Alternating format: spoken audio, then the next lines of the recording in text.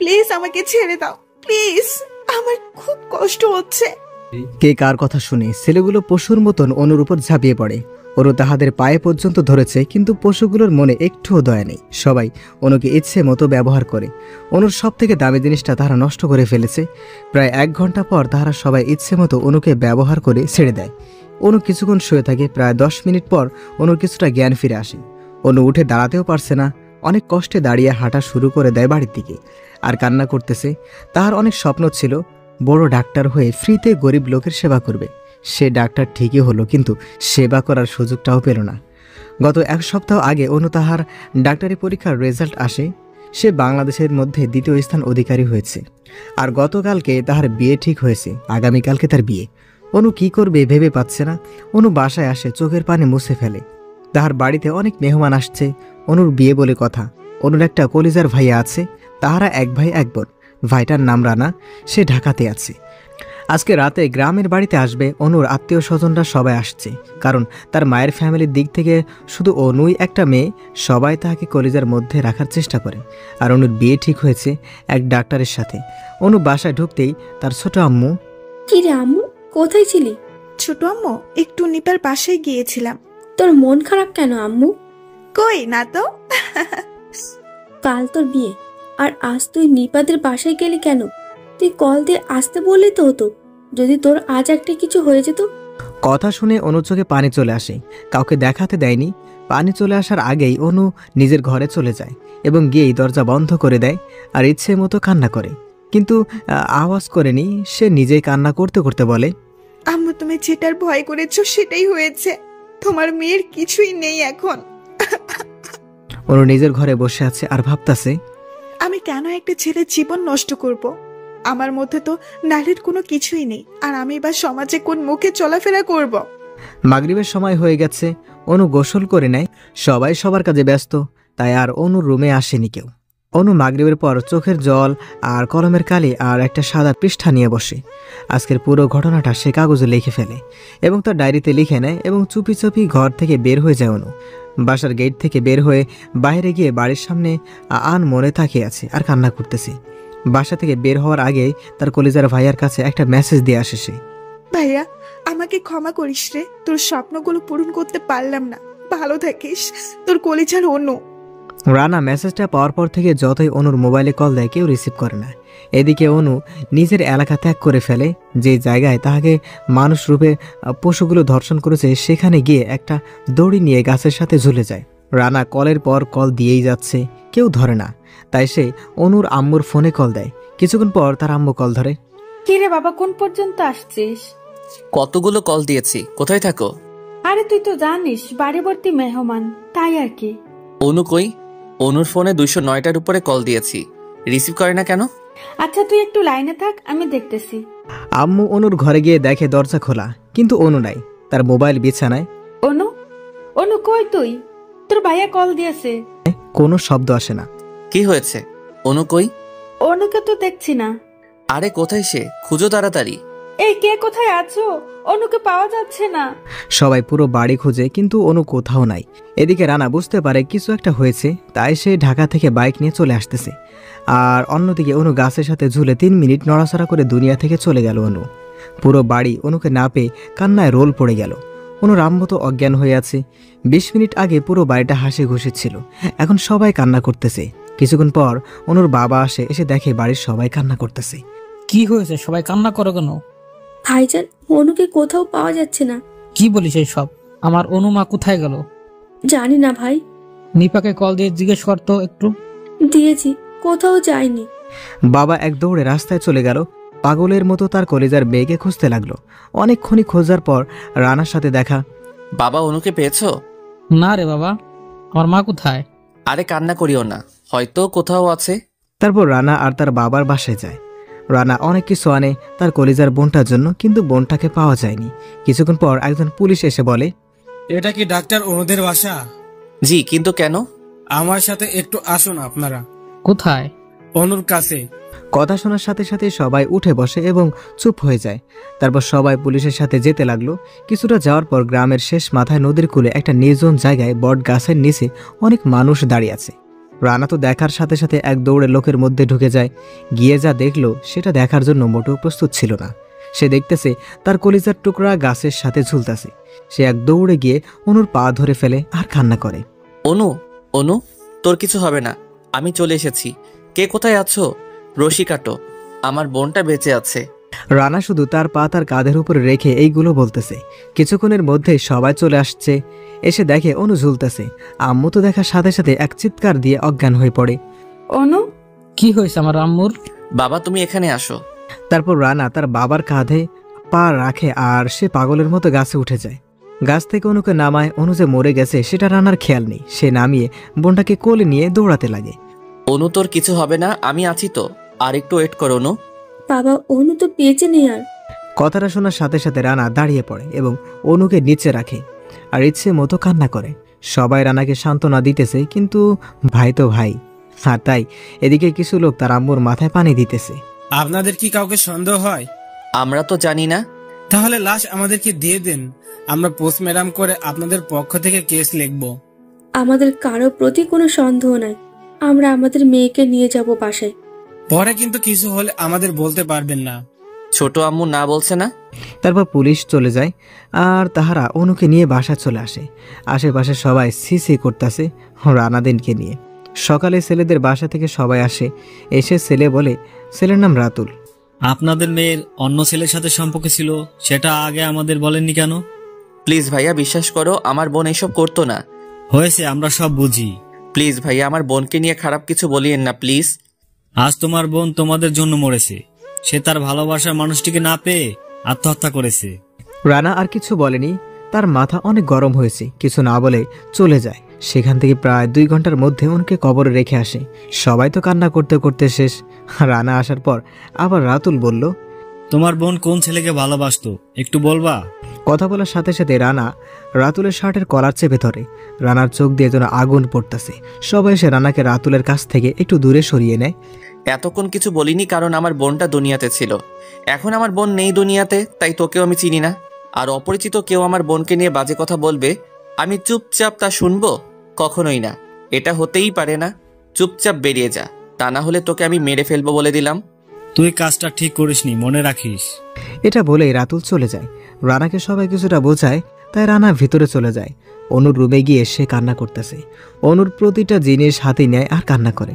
রানা অনেক কান্না করে। কিছুক্ষণ পর তার মেঝো খালামুনি এসে বলে, তুই এভাবে ভেঙে পড়লে হবে নাকি বল? কি করব বলো খালামণি, আমার কলিজাটা যে আমাকে ছেড়ে চলে গেছে অনেক দূরে। বাবা একটু রেস্ট নাও, যাও। লক্ষ্মী আব্বু না আমার। ওকে, আমি একটু শুয়ে থাকি। মিষ্টি, ও মিষ্টি, জি আম্মু। তোর ভাইয়াকে একটু বিছানা ঠিক করে দেও, আর দেখো কিছু লাগবে কিনা। ওকে আম্মু, তোমরা যাও। তারপর সবাই চলে যায়। মিষ্টি হলো রানার বড় চাচার ছোট মেয়ে। অনেক সুন্দরী, নাম যেমন মিষ্টি সেও দেখতে মিষ্টি। সে রানা থেকে 2 বছরের ছোট। অনেক দুষ্ট একটা মেয়ে। জি জনাব, আপনি কষ্ট করে একটু শুয়ে পড়েন। আর কি লাগবে একটু বলেন। তুই আমাকে জনাব বলিস কেন? বড়দেরকে সম্মান দিয়ে কথা বলতে হয়। ও মা, তুই এটা বুঝলি কিভাবে? আমি এখন ছোট নয়, আমি সব বুঝি। তাই নাকি? ভালো, এখন যা, আমি ঘুমাবো এখন। আমি একটু হাত পা টিপে দিই। দরকার নেই, তুই কি আমার বউ নাকি যে তুই আমার হাত পা টিপে দিবি? হতেও তো পারি। সর এখান থেকে। তারপর মিষ্টি চলে যায়। রানা শুয়ে পড়ে। অনেক চেষ্টা করতেছে ঘুমানোর জন্য, কিন্তু বারবার অনুর কথাই মনে পড়ে। একদিন অনু বলে, শোন ভাইয়া, তোর জন্য একটা লাল টুকটুকে বোন আনবো। তাকে কোনো কাজ করতে দিব না। কেন? তাহলে তোর বউ কালো হয়ে যাবে। তাহলে আম্মুকে কে হেল্প করবে? আমি বিয়ে বসবো, ঘরে জামাই কাছে, আমি সব সময় আম্মুকে হেল্প করব আর গরিবদেরকে বিনামূল্যে চিকিৎসা দিব। আগে তোর জন্য একটা মিষ্টি ছেলে খুঁজে বের করি, তারপর না হয় আমার চিন্তা। না ভাইয়া, আগে তুই, তারপর আমি। আচ্ছা অনু, তুই কি কাউকে পছন্দ করিস? আরে না ভাইয়া, আমি যদি কাউকে পছন্দ করি তাহলে তার সাথে ভাগিয়া যাইতে। আর আমি যদি ভাগিয়া যাই তাহলে তোকে আর আব্বু আম্মুকে মানুষ খারাপ বলবে, আর আমি চাই না তোদেরকে কেউ খারাপ বলুক। আয় বুকে আয়, তোর মতো বোন যেন সবার ঘরে এক একটা হয়। কিন্তু আমি তো এটা চাই না। কেন? তাহলে আমি রুগী পাবো কোথায়? আর তখন তো আমি এত ভালোবাসা পাবো না। আরে পাগলি, রোগীর অভাব আছে নাকি? তাই তো। রানা কথাগুলো ভাবতে ভাবতে ঘুমিয়ে পড়ে। কিছুক্ষণ পর রানার ঘুম ভেঙে যায়। সে উঠে বসে হঠাৎ কে যেন বলল, কি রে, তুই ঘুমাসনি? না আম্মু, ঘুম আসছে না তো। তুমি ঘুমাওনি কেন? ঘুম আসে না রে বাবা। অনু মারা যাওয়ার আগে আমি বকা দিয়েছি। মেয়েটা কিছু বলেনি বকা শুনে। কেন বকা দিয়েছো তুমি অনুকে? সে সেই দিন অনেক দেরি করে বাসায় ফিরছে। কোথায় গিয়েছিল? সে নাকি নিপাদের বাসায় গিয়েছিল। কেন গিয়েছে সে সেখানে? নিপার সাথে দেখা করতে গিয়েছে। সে একা? হুম। তাহলে নিপা কিছু একটা জানে? মানে? সেই দিন কি হয়েছে? হয়তো, কিন্তু অনু এই কাজ তো করতে পারে না। তাহাকে মনে হয় কেউ জোর করে ফাঁসি দিয়েছে। কেউ বাসা থেকে নিতে আসলে তোমরা তো কাউকে না কাউকে দেখতে, তাই না? হয়তো কেউ এসেছে, আমরা ব্যস্ত থাকার কারণে দেখতে পাইনি। আচ্ছা, নিপা কোথায় আছে এখন? তার বাসায়। চলো আম্মু, আমরা তাহার বাসায় যাই। তুই কি পাগল? এখন রাত 2:30 বাজে। এত রাতে আমাদের মতো কে জাগ্রত থাকবে শুনি? আমরা তাহাকে ঘুম থেকে উঠাবো। সকালে যাব, এখন তুই ঘুমা। ঠিক আছে। তারপর তার আম্মু চলে যায়। রানা শুয়ে পড়ে, কিন্তু ঘুম আসছে না। শুধু অনুর সাথে কাটানো সময়গুলোর কথা মনে পড়তেছে। অনুর কথা ভাবতে ভাবতে সকাল হয়ে যায়। সকালে রানা কাউকে কিচ্ছু না বলে নিপাদের বাসায় চলে যায়। গিয়ে নিপাদের বাসায় নক করে। অনেকক্ষণ নক করার পর নিপা এসে দরজা খুলে, তাও ঘুম চোখে। দরজা খুলে দেখে রানা। ভাইয়া, আপনি এখানে? একটা কথা জানতে এসেছি আপনার কাছে। ভিতরে আসুন। তারপর রানা নিপাদের বাসায় গিয়ে বসে। নিপাকে রানা জিজ্ঞেস করে, আচ্ছা, অনু কি কাউকে পছন্দ করতো? কি বলেন ভাইয়া এসব? অনু তো প্রেম ভালোবাসা এসব ঘৃণা করতো। আচ্ছা, অনুর কি কোনো শত্রু ছিল? না, অনু তো কারোর সাথে কথা বলতো না আমাদেরকে ছাড়া। আচ্ছা, অনু কি জন্য ফাঁস দিয়েছে আপনি জানেন? আরে আমাকে বললে আমি কি ফাঁস দিতে দিতাম? কিন্তু ফাঁস যেই দিন দিয়েছে সেই দিন সন্ধ্যার আগে নাকি আপনাদের বাসায় এসেছে। কই না তো, অনু তো আজ থেকে 3 দিন আমাদের বাসায় আসেনি। কিন্তু সে তো বাসা থেকে আসতো আপনার বাসার কথা বলে। কিন্তু আমি তো জানি না। গত কয়েকদিন যাবৎ অনুকে কিছু একটা নিয়ে খুব চিন্তিত দেখাচ্ছে। আমি জানতে চেয়েছি কিন্তু বলেনি। রানা নিপাদের বাসা থেকে চলে আসে। একটা নির্জন স্থানে গিয়ে বসে বসে কান্না করতেছে আর নিজে নিজে বলতেছে, অনু, আমি কি তোর মৃত্যুর কারণ জানতে পারবো না জীবনেও? অনেকক্ষণ কান্না করার পর রানা বাসায় চলে যায়। আম্মু এসে বলে, কি রে বাবা, কোনো খবর পেয়েছিস? না আম্মু। তারপর রানা নিজের ঘরে চলে যায়। কিছুক্ষণ পর অনু ঘরে গিয়ে অনুর ফটোগুলো দেখতেছে আর কান্না করতেছে। অনেক প্রমাণ খোঁজে, কিন্তু কোথাও কিছু পাচ্ছে না। হঠাৎ অনুর ডায়েরির কথা মনে পড়ে যে অনুর সব কথা সে তো তার ডায়েরিতে রাখে। ডায়েরি খুঁজতে খুঁজতে পাগল হয়ে যায়, কিন্তু ডায়েরি কোথাও পাচ্ছে না। আম্মু, ও আম্মু। কে রে, চিৎকার করস কেন? অনুর ডায়েরিটা কই? তার রুমে আছে তো দেখ। কই, পাচ্ছি না তো। তুই ওই দিন কল দিয়েছিস, তখন তো আমি টেবিলে দেখেছিলাম। তাহলে এখন কোথায় সেটা? মিষ্টি, ওই মিষ্টি। ভাইয়া বলো। তুই অনুর ডায়েরি নিয়েছিস? না ভাইয়া। তারপর রানা নিজের রুমে চলে যায়। গিয়ে অনুর মোবাইলটা দিয়ে তার ফেসবুকে ঢোকে, কিন্তু দেখে কোনো ছেলে ফ্রেন্ড নাই অনুর। অনুর মেসেঞ্জারে একটা মেসেজ দিয়েছে যে, অনু, বিপ্লব ভাইয়া একটা মেয়েকে আজকে কলেজে ধর্ষণ করেছে। আমার কাছে ভিডিও আছে, ভিডিওটা তোর কাছে রেখে দে। সে আমায় সন্দেহ করে আমার মোবাইল চেক করতে পারে, তাই তুই রেখে দে। শুধু এই SMS-টা অনুর মোবাইলে কে যেন পাঠাইছে। যে আইডি থেকে পাঠাইছে সে আইডি থেকে অনুকে ব্লক করে রেখেছে। প্রোফাইল পিকও দেখা যায় না আর নামটাও দেখা যায় না। সাথে সাথে রানা অনুকে কল দেয়। আপু, বিপ্লব। কেন? আর বিপ্লব ভাইয়াকে আপনি কিভাবে চিনেন? প্লিজ বলেন বিপ্লবকে। বিপ্লব হলো আমাদের ক্লাসের সব থেকে বাজে বখাটে চরিত্রহীন বেয়াদব গুন্ডা একটা ছেলে। সে এখনো কি সেই কলেজে পড়াশোনা করে? আছে। ও আচ্ছা, আমার মনে অনুর মৃত্যুর সাথে বিপ্লবের কোনো রকম হাত আছে। বিপ্লব তো লোক ভালো না, তাই হতেও পারে, কিন্তু তার ব্যাপারে কোনো পুলিশ কেস লেখে না প্রমাণ ছাড়া, আর সে কোনো কাজ করলে প্রমাণ রাখে না। কেন কেস লিখে না? সে হলো এমপির ছেলে। ও আচ্ছা, এই ব্যাপার। এটা বলে রানা কল কেটে দিল। রানা তার আম্মুর কাছে গিয়ে বলল, আম্মু, আমি অনুর কলেজে ভর্তি হব। কেন? দেশ থেকে মানুষ নামে কিছু ভাইরাস আছে, তা মুক্ত করতে হবে। তুমি শুধু দোয়া করো। সন্তানের জন্য মা দোয়া করা লাগে না, সন্তানের জন্য মায়ের দোয়া সব সময় থাকে অন্তরে। পরের দিন সকালে রানা পিছনে সব ভুলে গিয়েছে। শুধু তার একটাই চিন্তা, অনুর খুড়িকে বের করবে। রানা একটা বাইক নিয়ে কলেজে যায় রানা দেখতে অনেক সুন্দর, বাকি পরিচয় পরে দেব। রানা বাইক থেকে নেমে হাঁটা শুরু করে। হঠাৎ একটা মেয়ের সাথে ধাক্কা খায়। মেয়েটির হাত থেকে সবগুলো বই পড়ে যায়। রানা চোখ থেকে সানগ্লাসটা খুলে ফেলে। মেয়েটার পা থেকে তাকানো শুরু করে।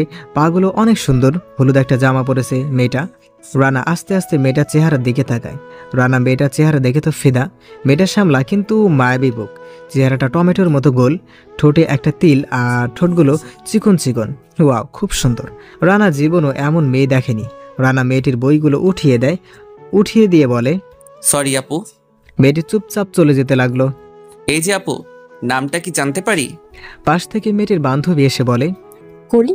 রানা নামটা শুনে তো আরো ফিদা। ওয়াও, কি সুন্দর নাম, ফুলের কলির মতোই সুন্দর। ফুলের কলি যেমন সুন্দর থাকে ঠিক তেমনই মেয়েটাও। তারপর কলি আর তার বান্ধবীরা চলে যায়। রানা তাদের পিছু পিছু যায়। রানা ক্লাসে গিয়ে বসে। হঠাৎ খেয়াল করে দেখে কলিও একই ক্লাসে পড়ে। রানা কলির দিকে আনমনে তাকিয়ে আছে, আর কলি তার বান্ধবীদের সাথে বসে বসে দুষ্টামি করতেছে। কিছুক্ষণ পর স্যার আসলে। স্যার ক্লাস শেষ করে চলে যায়। হঠাৎ রানা নিপাকে দেখে, নিপাও রানাকে দেখে। ভাইয়া, আপনি এখানে? কথাটা নিপা উচ্চ আওয়াজে বলে, যার কারণে সবাই রানার দিকে তাকায়। কলিও রানার দিকে তাকায়।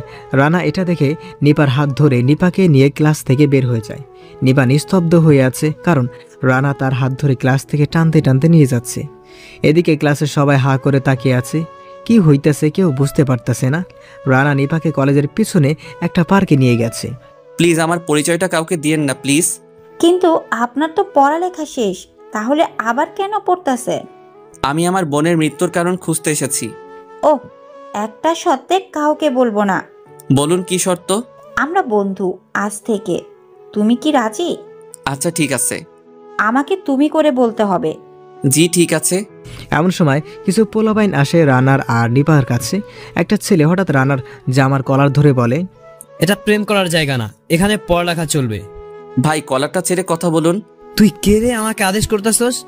আপনি কে ভাই যে আপনাকে আদেশ করা যাবে না? আমি বিপ্লব, আর তুই আজকেই মনে হয় কলেজে এসেছিস, তাই কিছু জানিস না। প্লিজ ভাইয়া, ওনাকে ছেড়ে দিন। উনি আমার বন্ধু, আর আমরা প্রেম করছি না। সুন্দরী, তুমি কথা বলিও না, আমি তো দুর্বল হয়ে যাব তোমার কথার প্রতি। কলারটা ছেড়ে দিলে ভালো হতো ভাইয়া। বেশি তাড়া আছে মনে হয়। সেটা আমার ব্যক্তিগত বিষয়। আজ পর্যন্ত কোনো স্যারও আমার সাথে আমার মুখের উপর কথা বলেনি, আর আজকে তুই কথা বলিস? তোর সাহস তো কম না। সাহসের কি দেখেছেন? বিপ্লব রানার কথা শুনে রানাকে একটা লাথি মারে। রানা গিয়ে কলেজের মাঠে পড়ে। নিপা তো বিপ্লবের পায়ে পর্যন্ত ধরে, কিন্তু কোনো কাজ হয়নি। কলেজের সবাই মাঠে চলে আসে। সবাই রানার কাছে চলে আসে। সবাই মুখে মুখে বলা বলি করতেছে যে ছেলেটা আজকে এসেছে আর আজকে ছেলেটাকে মারতেছে। নিপা আবারও বিপ্লবের কাছে হাত জোর করে, কিন্তু বিপ্লব এবার অনেক রেগে যায়। তাই নিপার চুলের গোছায় হাত দেয়। নিপা চিৎকার দিয়ে ওঠে। রানা এটা দেখে লাফ দিয়ে উঠে পড়ে। উঠেই মারামারি শুরু করে দেয়। সবাই তো মহা খুশি যে বিপ্লবকে মারার মতো কেউ একজন এসেছে। কলি আর মারিয়া তো অনেক খুশি। রানা বিপ্লবকে ইচ্ছে মতো মারে।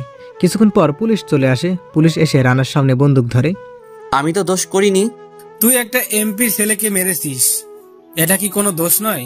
এই ছেলে মেয়েদের গায়ে হাত তুলেছে তাই? এত কথা আমরা শুনতে চাই না। তুই একজন এমপির ছেলেকে মেরেছিস, তাই তোকে আমরা নিয়ে যাব। এই কথা বলার সাথে সাথে রানা একজন সাধারণ পুলিশকে একটা ঘুষি মারে। নাক থেকে রক্ত পড়তেছে। এমন সময় রানাকে অ্যারেস্ট করে পুলিশ। কিন্তু আজকে ছাত্রছাত্রীরা খেপে যায়, তাই পুলিশ সামনে না এগিয়ে বিপ্লবকে নিয়ে চলে যায়। কিছুক্ষণ পর সবাই হাততালি দিয়ে রানাকে শুভেচ্ছা জানিয়েছে। কলি অনেক খুশি রানার ব্যবহার দেখে। হঠাৎ স্যার এসে বলল, তোমার নাম কি বাবা? স্যার আমার নাম রানা। তুমি কলেজে নতুন আসছো? জি স্যার, আজকে এসেছি। যে তুমি ওকে মেরেছো কেন? স্যার নিপা আমার পরিচিত আগে থেকে, আমরা বন্ধু, তাই একটু কথা বলতেছিলাম। এমনি ও এসে আমার কলার ধরে আর আমার গায়ে হাত তুলে। তুমি খুব ভালো কাজ করেছো। এই বকাটে ছেলেদের জন্য আমাদের কলেজ থেকে অনেক স্টুডেন্ট চলে গিয়েছে। স্যার আমি দেশ থেকে এইসব ভাইরাস যেন দূর করতে পারি, দোয়া করিবেন। তোমাদের মতো ছেলেদের জন্য সবাই দোয়া করবে। এটা বলে স্যার চলে যায়। এমন সময় কলি এসে বলে, হাই ভাইয়া, কিছু বলবেন আপু? আপনার নামটা কি জানতে পারি? আমার নাম রানা। এমন সময় নিপা এসে রানার হাত ধরে নিয়ে যায়। নিপা ছাড়ো, ওর সাথে একটু কথা বলি। বলা লাগবে না, চলে সময় হয়ে গেছে। কলি অবাক হয়ে তাকিয়ে আছে। তারপর সবাই সবার বাসায় চলে যায়। পরের দিন সকালে রানা ঘুমাচ্ছে। এমন সময় কে যেন রানার গায়ে এক জগ পানি ঢেলে দেয়। রানা উঠে বসে, তাকিয়ে দেখে মিষ্টি। তুই এখানে কেন? বড় আম্মু বলেছে আপনাকে জাগাতে, কিন্তু আপনি তো মহারাজার মতো শুধু নাক ডেকে ডেকে ঘুমাচ্ছেন। তাই বলে পানি ঢালবি? তো কি করব? এমন ভাবে নাক ডাকছো মনে হচ্ছে লঞ্চ চলতেছে। সর এখান থেকে, আমি তো জীবনেও নাক ডাকি না। চুরি চুরি করে কখনো কি শিকার করতে দেখেছেন জনাব? আমি আমার বাসায় যেমন মন চায় তেমন করে ঘুমাবো, তাতে তোর কি মিস এলিয়েন? কি আমি এলিয়েন? তো কি সকাল সকাল শুরু করেছেন আমার সাথে ঝগড়া? কে ঝগড়া করেছে শুনি? আমি তো শুধু আপনাকে জাগাইতেই আসছি, আর আমাকে আপনি এলিয়েন বলতেছেন? এলিয়েন থেকেও আপনি কম না, বুঝলেন? আপনার কপালে জীবনেও স্বামী জুটবে না, মনে রাখিয়েন মিস এলিয়েন। সেটা আপনাকে বলা লাগবে না মিস্টার উগান্ডা। উগান্ডা? এটা আবার কি নাম? আপনি একটা বজ্জাত রাক্ষস। তারপর কি? এক থাপ্পড় দিয়ে সবগুলো দাঁত ফেলে দিব, ফাজিল মাইয়া কোথাকার। কি? আপনি আমার থাপ্পড় মারবেন? আম্মু গো, ও তোমার এই গুণধর ছেলে নাকি আমার মতো একটা নিষ্পাপ মেয়েকে থাপ্পড় মারবে? ও আম্মু গো, তোমরা কোথায় আছো গো আম্মু? এই চুপ কর, আমি তো তোর সাথে মজা করেছি। প্লিজ বোন, আম্মুকে ডাকিস না। চুপ করব না আমি। আমার মতো একটা নিষ্পাপ মেয়েকে কেন তুমি মারবা বলেছো? আরে আমি তো শুধু মজা করেছি, আম্মুকে ডাকিস না প্লিজ। আমার পা ধরে ক্ষমা চাও, তাহলে আমি আম্মুকে বলবো না। কি? জীবনেও না? আমি তোর পা ধরবো ভাবলি কি করে? ও আম্মু গো। রানা এক দৌড় দিয়ে ওয়াশরুমে চলে যায়। গোসল শেষ করে রেডি হয়ে কলেজে যাবে, এমন সময় তার আম্মু ডাক দেয়। রানা? জি আম্মু। তুই নাকি মিষ্টিকে থাপ্পড় মেরেছিস? আল্লাহ গো, এটা কি তা কন আন্নেরা, মনে একা পাইয়া। আমি যা জিজ্ঞেস করেছি উত্তর দে, এত ঢং করতে বলিনি। আম্মু আমি থাপ্পড় দেইনি, ও আমার গায়ে পানি ঢেলে দিয়েছে, তাই আমি বলেছি থাপ্পড় দিব। না বড় আম্মু, থাপ্পড় দিয়েছে ও আমায়।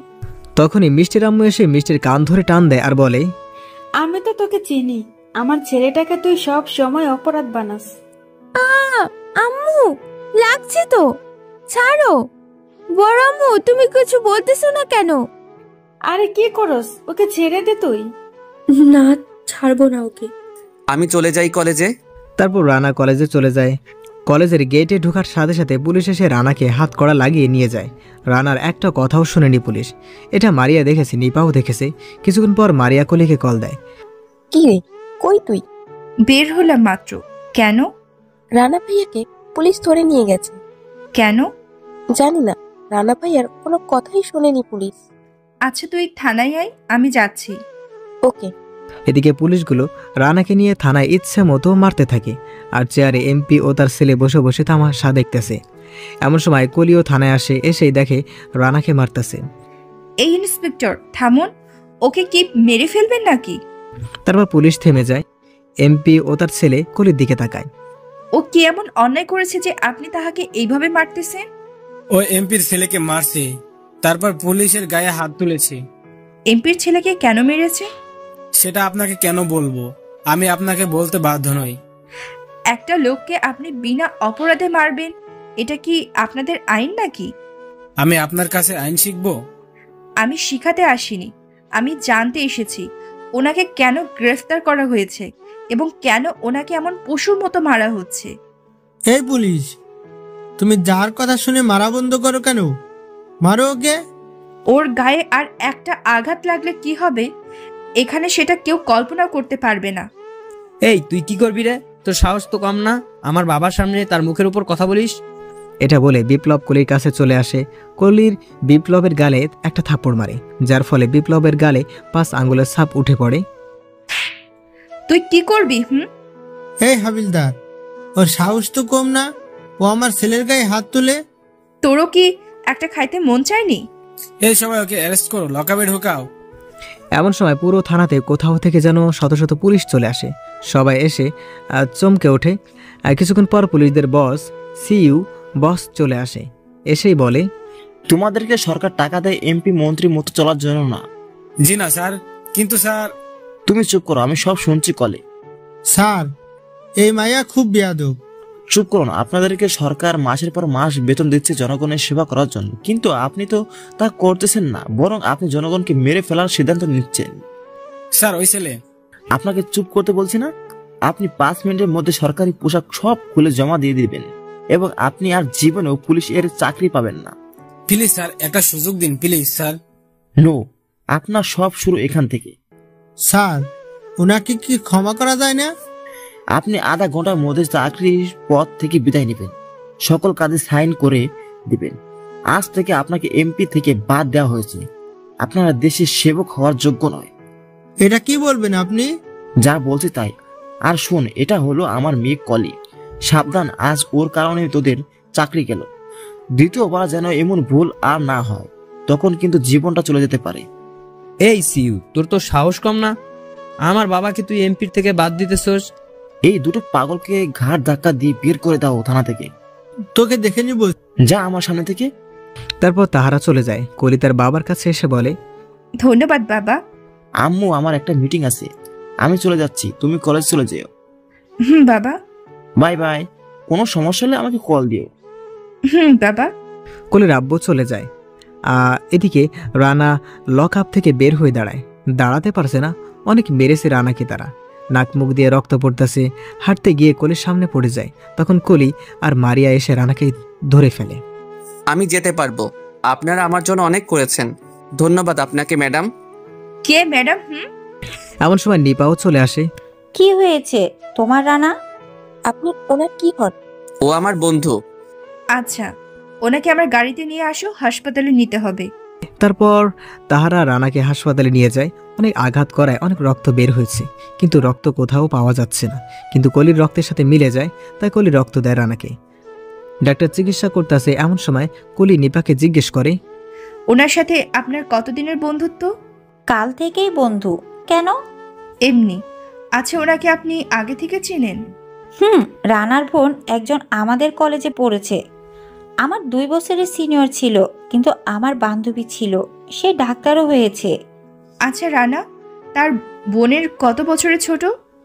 রানা তার বোন থেকে 3 বছরের বড়। বড়? তাও 3 বছরের? তাহলে কেন সে পড়ালেখায় এত পিছু?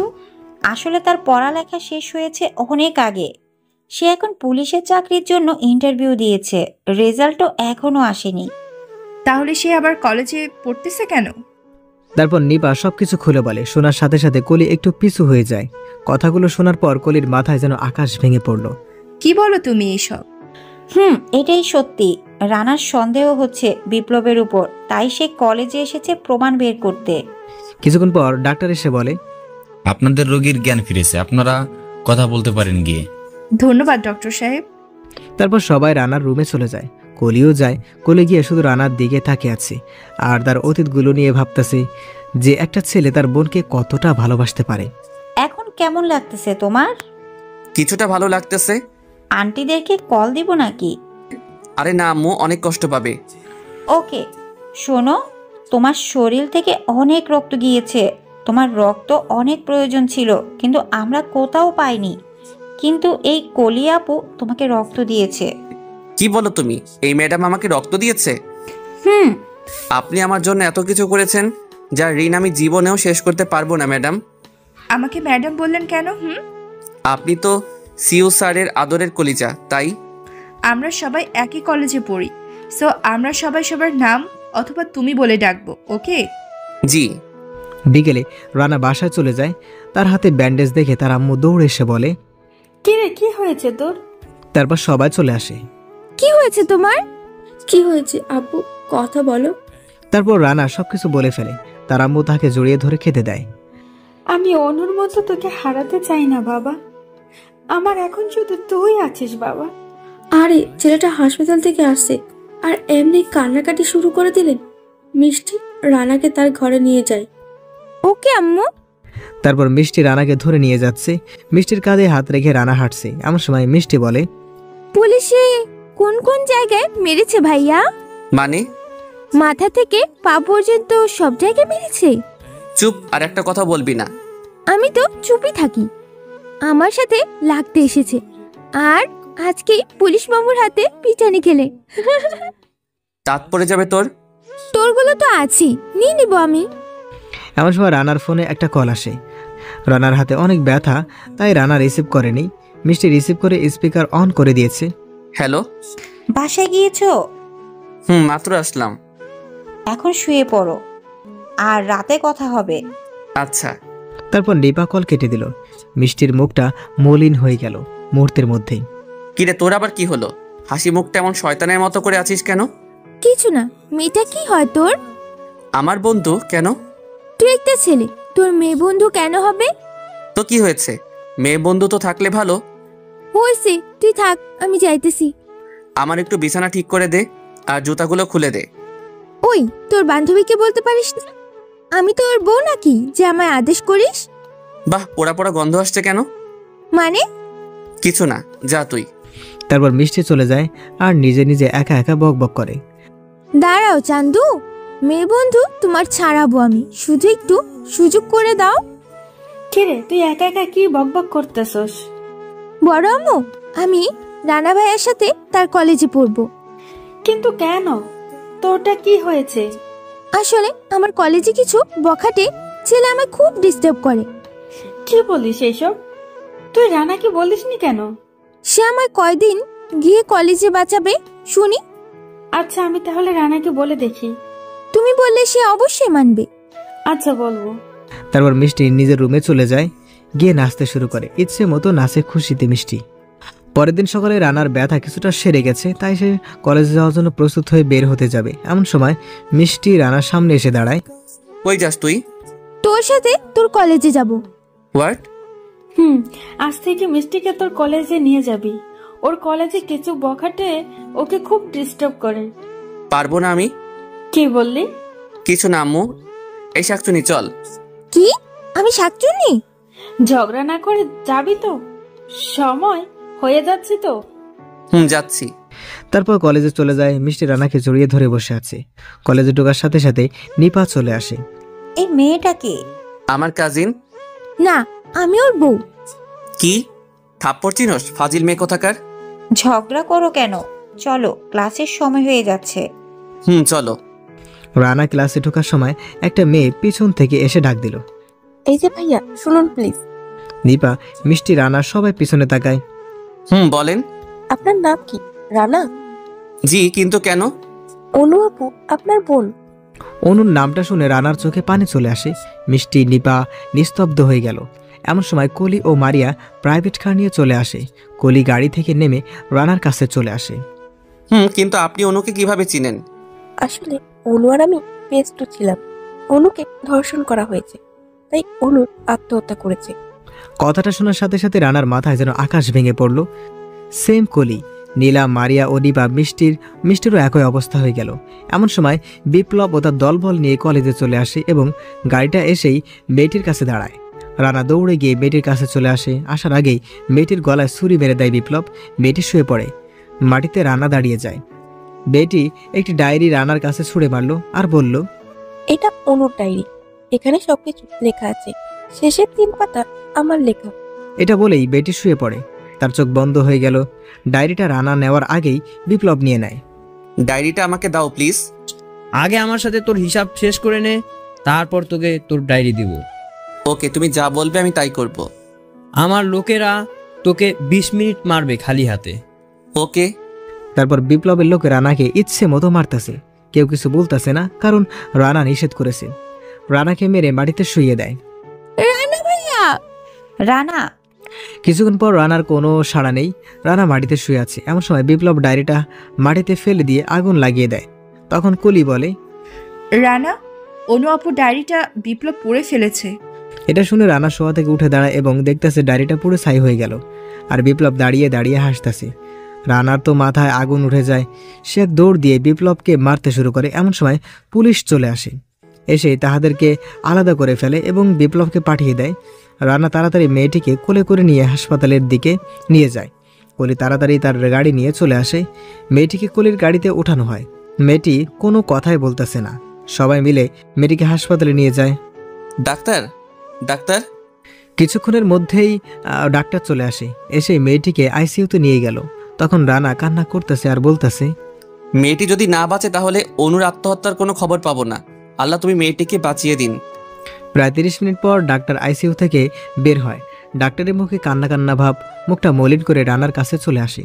ডাক্তারের মুখ দেখে সবার কলিজায় পানি শুকিয়ে গেল। ডাক্তার, কি খবর? সরি। কি হলো ডাক্তার সাহেব? ওনার 2টো কিডনি নষ্ট হয়ে গেছে। আধা ঘন্টার মধ্যে কিডনি না দিতে পারলে ওনাকে বাঁচানো সম্ভব না কোনো রকমই। আপনি চিন্তা করবেন না, আমি কিডনির ব্যবস্থা করছি। এটা বলে রানা এক দৌড়ে চলে যায় কিডনি খুঁজতে। অনেক হাসপাতালে কিডনি খুঁজে কিন্তু কোথাও পেল না। পাগলের মতো কিডনি খুঁজতে লাগলো রানা। এদিকে বিপ্লবের একটা লোক রানাকে বাজারে দেখে বিপ্লবকে কল দেয়। বস, রানা বাজারে এসেছে, ওকে মেরে না ফেললে কিন্তু ও তোমাকে ছাড়বে না। আচ্ছা, ওকে ধরে নিয়ে আয় আমার আস্তানায়। ওকে বস। তারপর লোকটি রানার কাছে গিয়ে পিছন থেকে একটা রুমাল রানার মুখে লাগায়, যার ফলে রানা অজ্ঞান হয়ে যায়। তারপর রানাকে গাড়িতে করে নিয়ে যায় জঙ্গলে নিঝুম একটা জায়গায়। গিয়ে রানাকে গাছের সাথে বেঁধে ফেলে। রানার এখনও জ্ঞান ফিরেনি। সবাই রানার সামনে দাঁড়িয়ে আছে, কাহারও হাতে বন্দুক, কাহারও হাতে তলোয়ার। এদিকে প্রায় 25 মিনিট ওভার হয়ে গেল, রানার কোনো খবর নেই। এখানে সবাই রানাকে কল দিচ্ছে, রানার ফোন বন্ধ। সবাই টেনশনে পড়ে গেল, কি হলো, রানার কিছু হয়নি তো? ডাক্তার বারবার এসে ওর কথা বলেই যাচ্ছে। কলি, নিপা, মিষ্টি, মারিয়া সবাই চিন্তিত হয়ে পড়ল। এদিকে মিষ্টি বাসায় কল দিয়ে সব বলে ফেলে। সবাই চলে আসে হাসপাতালে। এদিকে কলি একটা কল দেয়, সাথে সাথে একজন মহিলা চলে আসে। এসেই বলে, আমি কিডনি দেবো একটা, আসুন আমাদের সাথে। কিছুক্ষণ পর ডাক্তার এসে বলল, কাউন্টারে 2 লক্ষ টাকা জমা দিন আগে। সাথে সাথে কলি 2 লক্ষ টাকার একটা চেক লিখে জমা দেয়। রানার আম্মু এসে কলির কপালে চুমু দেয় আর বলে, তোমার মতো মেয়ে যেন সবার কপালে জোটে। তুমি অনেক লক্ষ্মী মেয়ে। তার মানে আমি লক্ষ্মী নই? আরে তুই তো আমার কলিজা। সবাই খিলখিল করে হেসে দেয়। মিষ্টির কান্না দেখে এদিকে নিপা রানাকে কল দিয়েই যাচ্ছে, কিন্তু বন্ধ পাওয়া যাচ্ছে বারবার। এদিকে বিপ্লবের লোকেরা রানার মুখে এক বালতি পানি মারে। রানার জ্ঞান ফিরে আসে আর রানা চোখ মেলে দেখে যে একটা গাছের সাথে বেঁধে আছে আর তার চারপাশে গুন্ডা, আর রানার সামনে বিপ্লব এবং কিছু মাস্তান। তোর জন্য আমার বাবা তার সারা জীবনের পরিশ্রমের রাজনৈতিক থেকে ভয়ঙ্কর হয়েছে, অনেক অপমানও হয়েছে। আর তুই ভাবলি কি করে তোকে আমরা বাঁচিয়ে রাখবো? আমার ভিতরে থাকা বাঘটাকে জাগাস না, তাহলে তুই নিজেই নিজেকে চিনতে পারবি না। তাই নাকি? এই তোরা দাঁড়িয়ে দাঁড়িয়ে কি দেখছিস? ওকে দুনিয়া থেকে বিদায় করে দে। তারপর রানাকে ইচ্ছে মতো মারে লোকেরা। এমন সময় বিপ্লবের ফোনে তার বাসা থেকে একটা কল আসে আর বিপ্লব চলে যায়। ওকে মেরে নদীতে ফেলে আমাকে কল দিস। ওকে বস। তারপর বিপ্লব চলে যায়। বিপ্লব চলে যাওয়ার সাথেই রানা একটা টানে দড়ি ছিঁড়ে ফেলে এবং সবগুলো গুন্ডাকে কলা গাছের মতো কাটতে শুরু করলো। সবগুলোকে মেরে ফেলে এক দৌড় দিয়ে বিপ্লবের গাড়ির পিছন পিছন দৌড়াতে লাগলো, কিন্তু পেল না। এমন সময় রানার হাসপাতালের কথা মনে পড়ে যায়। এক দৌড়ে হাসপাতালে চলে যায়। গিয়ে দেখে সবাই দাঁড়িয়ে আছে আইসিইউর সামনে। হঠাৎ মিষ্টি রানাকে দেখতে পেলে, তার গায়ে অনেক রক্ত আর সে আসছে। এমন সময় মিষ্টি জোরে বলে ওঠে, ওই যে রানা ভাইয়া। সবাই রানার দিকে তাকায়। আম্মু তো রানাকে দেখে চিৎকার দিয়ে জড়িয়ে ধরে ফেলে। রানা তো কোনো কিছুই বলতেছে না। এমন সময় নিপা বলে, কোথায় ছিলে আর রক্ত কেন শরীরে? বিপ্লবের লোকেরা আমাকে ধরে নিয়ে গেছে একটা জঙ্গলে। তারপর আমাকে মেরে ফেলতে চেয়েছিল। হোয়াট? কিন্তু কেন? ওই যে ওই দিন থানায় যা ঘটেছিল সেই জন্য। সেটা তো আপনার কোনো দোষ ছিল না। সেটা তো কলির আব্বু করেছে, আর তার বাবার অপকর্মের ফল সে এটা পেয়েছে। কি হয়েছে আমাকে একটু বলতো। আর এই বিপ্লবটা কে আবার? পরে সব বলবো। এখন মেয়েটির কি খবর? আমি তো কিডনি খুঁজে পাইনি কোথায়। ও একটা মহিলা দিয়েছে। কে সে মহিলা? আমরা চিনি না তাহাকে। কিছুক্ষণ পর মহিলাটি উঠে আসে। বোরকা পরা মহিলাটিকে রানাকে দেখে রানার কাছে চলে আসে। রানা কিছু জিজ্ঞেস করার আগেই মহিলাটি তার হিজাব খুলে ফেলে। রানা মহিলাটিকে দেখে বলে, আপনি এখানে কেন? এটা শুনে সবাই রানার কাছে চলে আসে। মহিলাটি রানাকে জড়িয়ে ধরে কেঁদে দেয়। আরে আপনার মেয়ের কি খবর? আর আপনি এখানে আসছেন কেন? আমার মেয়ে আইসিইউতে আছে এখন। মানে? যে মেয়েটিকে আপনারা হাসপাতালে এনেছেন আর আমি কিডনি দিয়েছি যাহাকে, এটাই আমার সেই মেয়ে যাহার জন্য আমি আপনার কাছে গিয়েছিলাম। পশুগুলো আমার মেয়েকে আজকে ছেড়ে দিয়েছে এবং মেরে ফেলতেও চেয়েছে। কথাগুলো শুনে রানার মাথায় আগুন উঠে যায়। রানা তো শুধু ফুলতাছে, কিছু তো বুঝলাম না আমি। এমন সময় ডাক্তার এসে বলে, আপনাদের রোগীর জ্ঞান ফিরেছে, আপনারা কথা বলতে পারেন, কিন্তু কোনো চাপ সৃষ্টি কথা বলা থেকে বিরত থাকুন। তারপর সবাই আইসিইউর ভিতরে চলে যায়। মেয়েটির নাম রিয়া। তোকে দেখতে এসেছিলাম মা। মানে? এমন সময় ডাক্তার এসে সবাইকে বের করে দেয় আর ডাক্তার রানাকে একটা কাগজ দিয়ে বলে, এই মেডিসিনটা আমাদের এখানে নেই, বাইরে থেকে নিয়ে আসুন। ওকে দেন, আমি নিয়ে আসি। তারপর রানা মেডিসিন আনতে চলে যায়। রানা বের হয়ে যাওয়ার সাথে সাথে বিপ্লবের লোকেরা রানার পিছু হাসপাতালে ঢুকে যায়। এসে রিয়ার রুমে ঢুকে সবাই বসা থাকে। এসে রিয়াকে নিয়ে চলে যেতে লাগলো। সবাই বাধা দেয়, কিন্তু কে কার বাধা শুনে জোর করে রিয়াকে তুলে নিয়ে যায়। এদিকে মিষ্টি রানাকে কল দেয়। রিয়াকে কিছু লোক তুলে নিয়ে যাচ্ছে। কখন? এইমাত্র। রানা কল কেটে দিয়ে এক দৌড়ে হাসপাতালে চলে আসে। এসেই দেখে সবাই কান্না করতেছে। রিয়াকে কিছু লোক তুলে নিয়ে গেছে। কোন দিকে নিয়েছে? আমরা তো দেখিনি। হাসপাতালের সিসিটিভিতে দেখো। Good idea. তারপর রানা হাসপাতালের সবগুলো সিসি ক্যামেরাগুলোর কাছে যায় এবং সেখানে গিয়ে এবং রানা ভিডিওগুলো বুঝে গেছে যে বিপ্লবের লোকেরা তুলে নিয়ে গেছে। তাই রানা আর কিছু না বলে নিচে যায় এবং একটা বাইক নিয়ে চলে যেতে লাগলো। বিপ্লবের গোপন স্থানে চলে যায়, গিয়ে দেখে সবাই সেখানে আছে আর রিয়াকে গাছের সাথে বেঁধে রেখেছে। আর বিপ্লব বলে, তুই রানাকে সব বলে দিবি তাই তো? তোকে মেরে ফেললে আর কোনো প্রমাণ থাকবে না রানার কাছে। হা হা হা। কথা শোনার সাথে সাথে রানার মাথায় যেন আকাশ ভেঙে পড়েছে। রানা তো নিজেকে কন্ট্রোল করতে পারতেছে না, তবুও অনেক কষ্টে নিজেকে কন্ট্রোল করেছে তাদের মূল কথা শোনার জন্য। আমাদের হাতে যতক্ষণ ক্ষমতা আছে ততক্ষণ রানা আমাকে কিছুই করতে পারবে না। যদিও রানা আমার বাবাকে কিছুদিন আগে এমপি থেকে রাস্তায় নামিয়ে দিয়েছে, কিন্তু আজ সকালে আমার বাবা আবার এমপি হয়ে গেছে। রানা আড়াল থেকে সব শুনতে পেল। তারপর রানা সবার সামনে সবাই রানাকে দেখে রানার উপর ঝাঁপিয়ে পড়ে। শুরু হয়ে যায় তার সাথে মারামারি।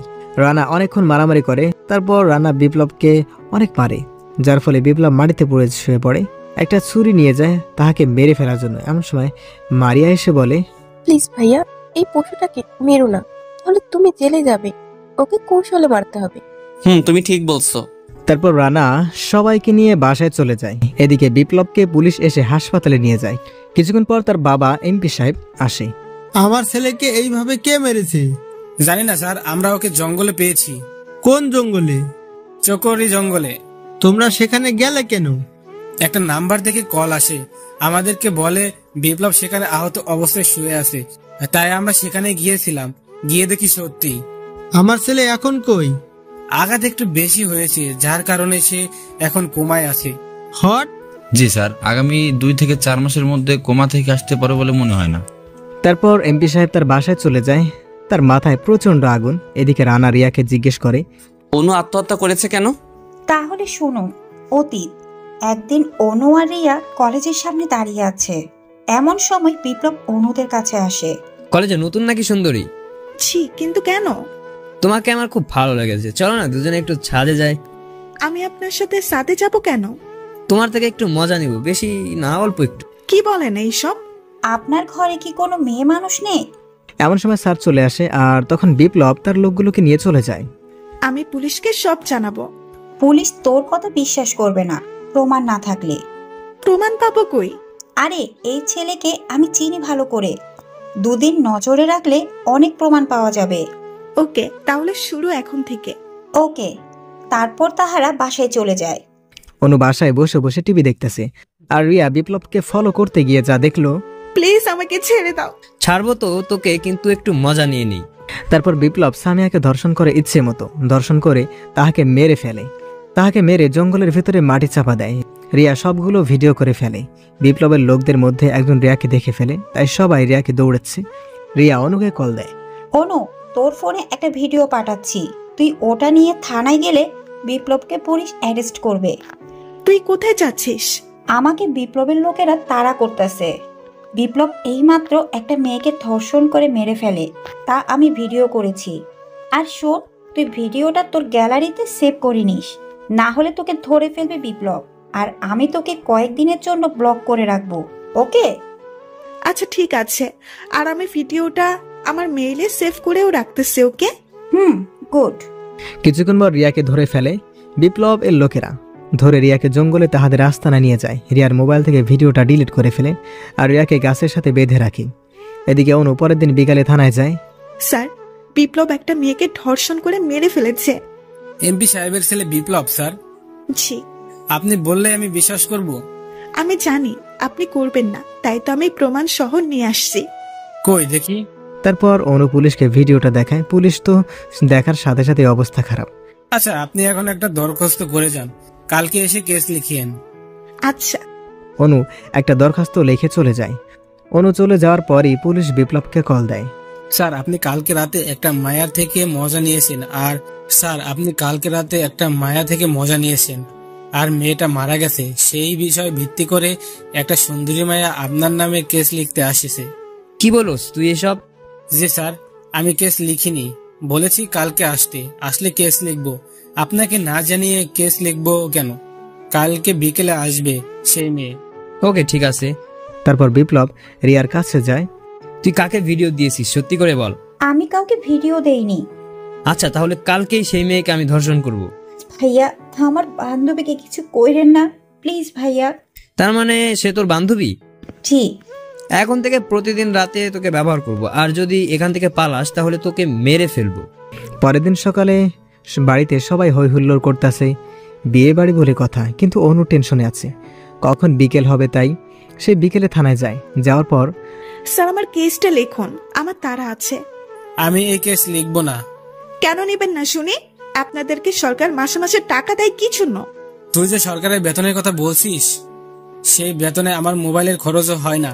কিন্তু তোর কথা কালকে বিপ্লব বসকে বলেছি, তখন বিপ্লব বস আমাকে 10 লক্ষ টাকা দিয়েছে। আমি কোর্টে গিয়ে তোদের নামে অভিযোগ করব। সেই সময়টুকু পেলে তো তুই, হে সবাইকে ধরো আর বিপ্লব বসকে কল দাও। তখন অনু থানা থেকে পালিয়ে যায়। রাস্তায় থানাকে কল দেয়, কিন্তু সে ব্যস্ত থাকার কারণে কল রিসিভ করে না। কিছুটা যাওয়ার পর নির্জন একটা জায়গায় বিপ্লব ওর তার পোলাপান অনুর সামনে এসে দাঁড়ায়। অনু মোবাইলটা নিজের বুকের ভিতরে লুকিয়ে ফেলে।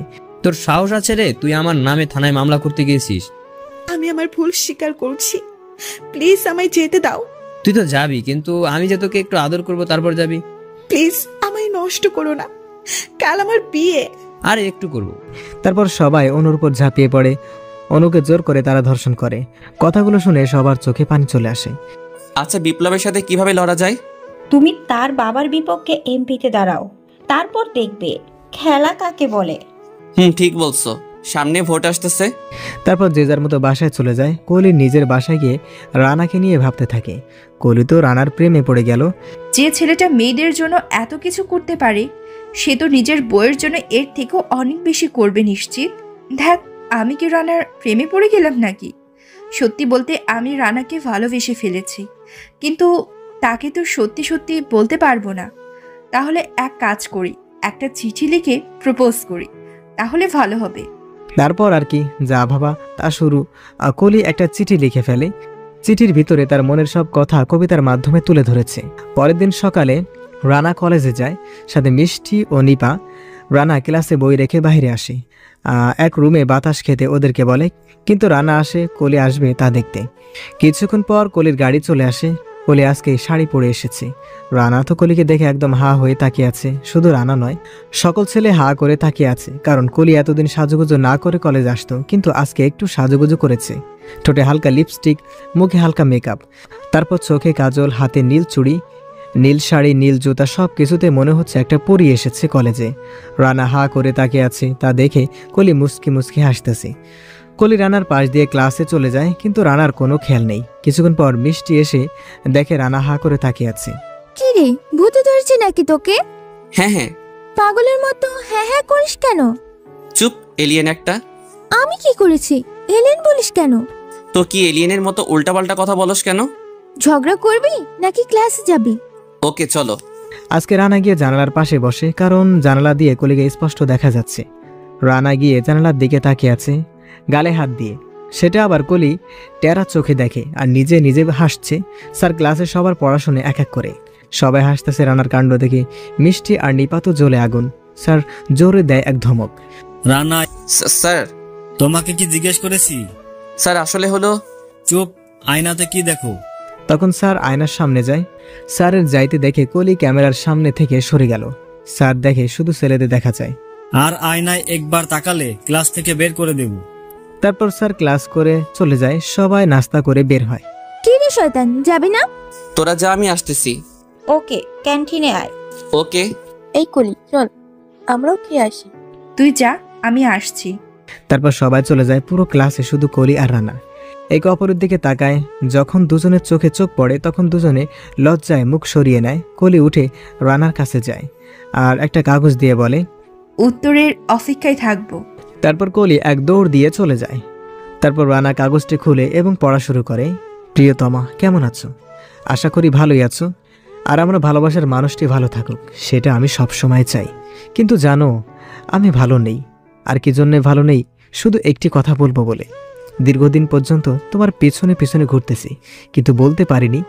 অনেকভাবে চেষ্টা করেছি, কিন্তু তারপরও কথাটি বলতে পারিনি। সেই কথাটা আজ আমার বুকের ভেতরে জমতে জমতে পাহাড় পরিমাণ উঁচু হয়ে গেছে। এই কথাটাকে আর ধরে রাখতে পারলাম না। আর এভাবে কতদিন কষ্ট সহ্য করব। তাই কথাটা আজ তোমাকে চিঠির মাধ্যমে জানালাম। আশা করি তুমি আমাকে ফিরিয়ে দিবে না। একটিবার কথা বললেও তো বলবে। আমি সত্যি করে বলছি, তোমাকে আমি অনেক অনেক বেশি ভালোবাসি। প্লিজ একবার তো আমাকে সুযোগ দিবে তোমাকে ভালোবাসার। আর না হয় পরীক্ষা করে দেখো আমি তোমাকে কতটুকু ভালোবাসি। আমি এখন মেঘ থেকে বৃষ্টির আশা করছি, যে মেঘ আমাকে বৃষ্টি দিতে পারবে। আমি এমন সাগর থেকে পানির আশা করছি, যে সাগর আমাকে পানি দিতে পারবে। আমি এমন গাছ থেকে ফলের আশা করছি, যে গাছ আমাকে ফল দিতে পারবে। আমি এমন একটি ছেলের থেকে ভালোবাসা আশা করছি, যে আমাকে সারা জীবন ভালোবাসা দিতে পারবে। মন আছে বলে আজ ভালোবাসার মানুষের খুব প্রয়োজন। স্বপ্ন আছে বলে আজ ভালোবাসার এত আয়োজন। একটি সুন্দর মনের দেখা পাবো বলে অপেক্ষায় আছে সারাক্ষণ। নাইস তোমার চেহারা, সুইট তোমার হাসি। সত্যি করে বলছি, আমি তোমায় ভালোবাসি। ইতি, তোমার উত্তরের অপেক্ষায়। চিঠিটা পড়া শেষ হওয়ার সাথে সাথে মিষ্টি এসে চিঠিটা নিয়ে যায়। মিষ্টি চিঠিটা পড়ার সাথে সাথে তার মনটা ভেঙে গেছে। তার মাথায় যেন আকাশ ভেঙে পড়ল। এটা কে দিল রে? কলি দিয়েছে। তুই কি তাহাকে ভালোবাসিস? জানি না, বাট তাহাকে আমার ভালো লাগে। এটা বলে রানা চলে যায় ক্লাস থেকে। মিষ্টির চোখে এবার পানি চলে আসে নিজের অজান্তেই। যাহাকে নিয়ে ছোট্ট থেকে স্বপ্ন যে তার বউ হবে, আর সে আজ কিনা অন্যের হয়ে গেল। এটা বলে মিষ্টি বাসায় চলে যায়। মনটা অনেক খারাপ মিষ্টির আজ। যে মেয়েটা সারাদিন বাড়িতে এসেই পা রাখার সাথেই বাড়ির সবাই জেনে যেত, আজ সে মেয়েটা বাড়িতে এসে নিজের রুমে গিয়ে দরজা বন্ধ করে কান্না করতেছে। বিকেল গিয়ে সন্ধ্যা নেমে আসছে, কিন্তু সবাই মিষ্টির অপেক্ষায়। কিন্তু মিষ্টি এখনও আসে না। সবাই ডিপ্রেশনে পড়ে গেল। রানা অনেক জায়গা কল দিল, সবাই বলে আমি জানি না। মিষ্টির ফোনও বন্ধ। রানা মিষ্টির রুমে যায়। তার বান্ধবীর নাম্বার আনতে মিষ্টির রুম থেকে গিয়ে দেখে দরজা ভিতর থেকে বন্ধ করা। রানা সবাইকে ডাক দিল। সবাই আসে। এসে দেখে ভিতরে মিষ্টি মন খারাপ করে শুয়ে আছে। তারপর রানার আম্মু মিষ্টির কাছে যায়, মিষ্টিকে ধরে কান্না করে দেয়। আরে পাগলি, তুই কাঁদছিস কেন? তুই কাঁদলে আমার কষ্ট হয়, তুই বুঝছ না? কি হয়েছে সেটা বলবি তো আগে। তারপর মিষ্টি সব খুলে বলে।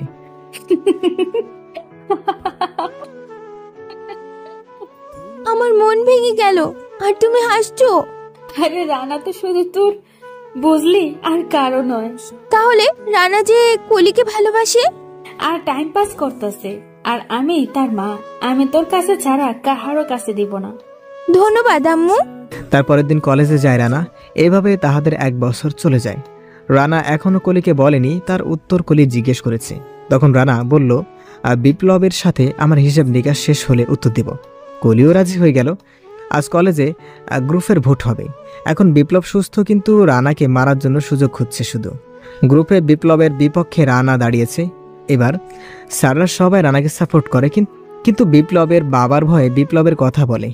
কলেজের 90% ছাত্রছাত্রী রানাকে সাপোর্ট করে। আর আজই রানা জয় হয়েছে। রানা জয় দেখে বিপ্লবের মাথা ঘুরে যায়। বিপ্লব বলে, অনেক বড় ভুল করেছিস রানা, তুই আমার সাথে লাগতে এসে। তাই সবকিছু আমি হারে হারে হিসাব নেব। বস, রানার জেবটা কিন্তু অস্থির। এই একটা মাল ভাই, বিশ্বাস করেন, এক রাতে হলেই সব কিছু মিটে যাবে ভাই। ওকে দেখলে আমি নিজেকে সামলাতেই পারি না। যদি একটু সুযোগ করে দিতেন আপনি। আরে পরে কিছু খাস, আগে আমার কাজটা। ওকে। তারপর রানা কলেজের অনুষ্ঠানে সবার সামনে মাইকে বলে ফেলে যে সে কলিকে ভালোবাসে। শুনো সবাই, আমি একজনকে অনেক ভালোবাসি এবং সেও আমাকে ভালোবাসে অনেক। আজ আমি আপনাদের সামনে তাহাকে পরিচয় করিয়ে দিব। মিস কলি, কলি চৌধুরী। আই লাভ ইউ কলি। নিপা আর মিষ্টির মাথায় যেন আকাশ ভেঙে পড়ল। মিষ্টিও রানার থেকে মাউথটা নিয়ে বলল মাইকে, শোন রানা, আমি তোকে ভালোবাসি সেই ছোট্টবেলা থেকে। আমি আগামী মাসের 1 তারিখের মধ্যে তোর থেকে কলিকে আলাদা করে দেখাবো। কি বলো সেসব তুই? মিষ্টি আর কিছু না বলে কান্না করতে করতে চলে আসে। সবাই হা করে তাকিয়ে আছে। এদিকে কলি রানার কাছ থেকে আসতেছে। এমন সময় বিপ্লব ওর আর লোকেরা কলিকে ধরে নিয়ে যায়। রানা! সবাই পিছনে তাকিয়ে দেখে বিপ্লব কলিকে তুলে নিয়ে যাচ্ছে। রানা স্টেজ থেকে এক লাফ দিয়ে বিপ্লবের কাছে চলে যায়। কিন্তু রানা পৌঁছার আগে বিপ্লব ও তার লোকেরা কলিকে গাড়িতে তুলে নিয়ে যাচ্ছে। রানাও গাড়ির পিছনে পিছনে দৌড়াতে লাগলো। কিছুটা গিয়ে একটা বাইক নেয়, বিপ্লবের গাড়ির পিছনে ছুটতে লাগলো। পুরো রাস্তা গরম হয়ে আছে, প্রায় 10 মিনিটের রাস্তা গাড়ি চালায়। তারপর জঙ্গলে চলে যায়। রানা তাহাদেরকে হারিয়ে ফেলে, বাইক রেখে হাঁটতে থাকে। হঠাৎ কিছু লোক এসে রানাকে বেঁধে ফেলে, আর রানার সামনে বিপ্লব কলিকে ধরে দাঁড়িয়ে আছে। রানাকে ইচ্ছে মতো মারে বিপ্লব এর লোকেরা। ওকে ছেড়ে দাও প্লিজ। একটা শর্তে ছাড়তে পারি আমি ওকে। বলো। আমাকে 20 মিনিট সময় দিবি। কি? এই ওকে মেরে ফেল। কলি রানার দিকে তাকিয়ে অসহায়ের মতো তাকিয়ে আছে। তারপর রাজি হয়ে যায় কলি। কলিকে রানার সামনে ধর্ষণ করে। বিপ্লব পরিকল্পনা নিয়েছে। কলির ওড়না খুলে ফেলে বিপ্লব। কলি তো কান্না করতে করতে শেষ। কলির পাজামারও ফিতা খুলে ফেলে। কলির জামা ও খুলে জঙ্গলে ফেলে দিল। কলির গায়ে শুধু একটা নাম্বার আছে। এমন সময় রানার গায়ে এসে একটা পাখি বসে, যার কারণে রানার চোখ খুলে, এবং চোখ খুলেই যা দেখলো তার পুরো মাথায় আগুন ধরে উঠল। সে উঠেই তার পাশে একটা বড় তলোয়ার ছিল, তা দিয়ে বিপ্লবের মাথা দেহ থেকে আলাদা করে ফেলে। কলি চোখ খুলে দেখে বিপ্লবের মাথা ছাড়া দেহটা দেখেই কলি চিৎকার দিয়ে ওঠে। রানা তার গা থেকে শার্ট খুলে কলিকে পরতে দেয়। কলি পরে নেয়। তারপর রানা সবাইকে কলা গাছের মতো কাটতে শুরু করলো। 10 মিনিটের মধ্যে 30 জনের মাথা শরীর থেকে আলাদা করে নেয়। মাথা কোথায় গিয়ে পড়েছে তা কেউ জানে না। তারপর রানা চলে যায় হাসপাতালে। হাসপাতালে গিয়ে হালকা ব্যান্ডেজ করে আর মেডিসিন নেয়। তারপর কলিকে তার বাসার সামনে নিয়ে দিয়ে বলে, কলি আমাকে ভালোবাসো? অনেক ভালোবাসি। তাহলে কাল আমায় বিয়ে করবে? কাল? কালই। কাউকে জানাবো না। আমি তোমার জন্য কাজী অফিসের সামনে ঠিক সকাল 10টায় অপেক্ষা করব। তুমি চলে আসিও। ওকে, আসবো। তুমি থাকিও। এদিকে মিষ্টি বাসায় গিয়ে ব্যাগ গোছাতে শুরু করলো। কে রে, কোথায় যাবি? ব্যাগ গোছাস কেন? কি জিজ্ঞেস করেছি আমি? গ্রামে চলে যাব। কেন? এই শহরে আমি আর এক মুহূর্ত থাকতে পারবো না, তাহলে আমি মরে যাব। কি হয়েছে? কিছু হয়নি, তোমার ছেলেকে কলির সাথে বিয়ে দিয়ে দাও। মিষ্টি আর কিছু না বলে চলে গেল। বড় মা অনেক ডাকলো, কিন্তু মিষ্টি কোনো সাড়া দিল না। মিষ্টি কখনো গ্রামে একা যায়নি, সে শহরের রাস্তা ভালো করে চিনেও না। মিষ্টি গেট থেকে বের হতেই রানার সাথে দেখা। কি রে, তুই কোথায় যাস এই অটাইমে? মিষ্টি কোনো কথা না বলে চোখ মুছতে মুছতে চলে গেল। রানা অনেক ডাকে কিন্তু সাড়া দেয় না। এদিকে রানা অনেক খুশি, আজ তার বোনের মৃত্যুর কারণ এর সব সমস্যার সমাধান করে ফেলেছে। রানা ভিতরে ঢুকতেই, মা, ও মা, একটা খুশির খবর আছে। তুমি কোথায়? কলিকে বিয়ে করবি, এটাই তো? না মা, এটা না। আমি নিপার ধর্ষণকারীকে মেরে ফেলছি। নিপার ধর্ষণকারীকে মেরে এখন তুই আমাকে মার? তোর মতো কোলাঙ্গারের মুখ আমি দেখতে চাই না। আমার একমাত্র অক্সিজেন মিষ্টি, সে আজ তোর ওই বেহাইয়া কলির জন্য বাড়ি থেকে চলে গেছে। আর শোন, আমাকে তুই বেঁচে রেখে আর কি করবি? আমাকে একটা বিষের বোতল এনে দে, আমি খেয়ে শুয়ে থাকি। আমার মিষ্টি মেয়েটা শহরের রাস্তা কিছুই চেনে না, আর মিষ্টিকে ছাড়া আমি বাঁচবো না। রানা এক দৌড়ে নিচে চলে যায়, কিন্তু মিষ্টিকে দেখতে পেল না। আর অনেক খুঁজতে থাকে, কিন্তু পেল না। শেষ পর্যন্ত লঞ্চ ঘাটে চলে গেল, কিন্তু তাও পেল না। লঞ্চে উঠে মিষ্টিকে খুঁজতে, তখন লঞ্চ ছেড়ে দিল।